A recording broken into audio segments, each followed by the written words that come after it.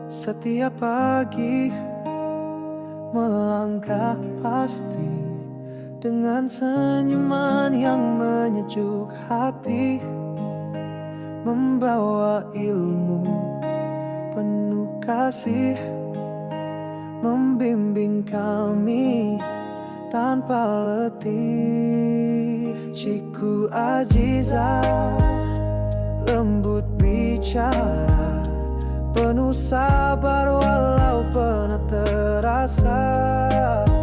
Anak murid bagai anak sendiri, dididik penuh kasih sejati.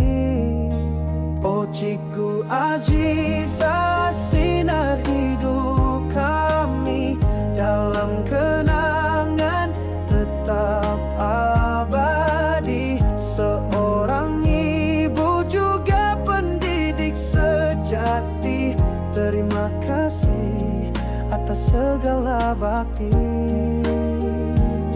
Semoga alam membalas segala jasamu dengan kebahagiaan, kesenangan, dan ketenangan buatmu di dunia dan akhirat yang abadi.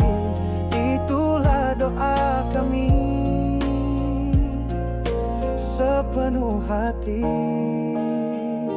Ibu kepada 8 permata, namun tetap tabah, tetap setia, menjadi kakak yang penuh prihatin, pelita jiwa yang tak pernah malap sinar.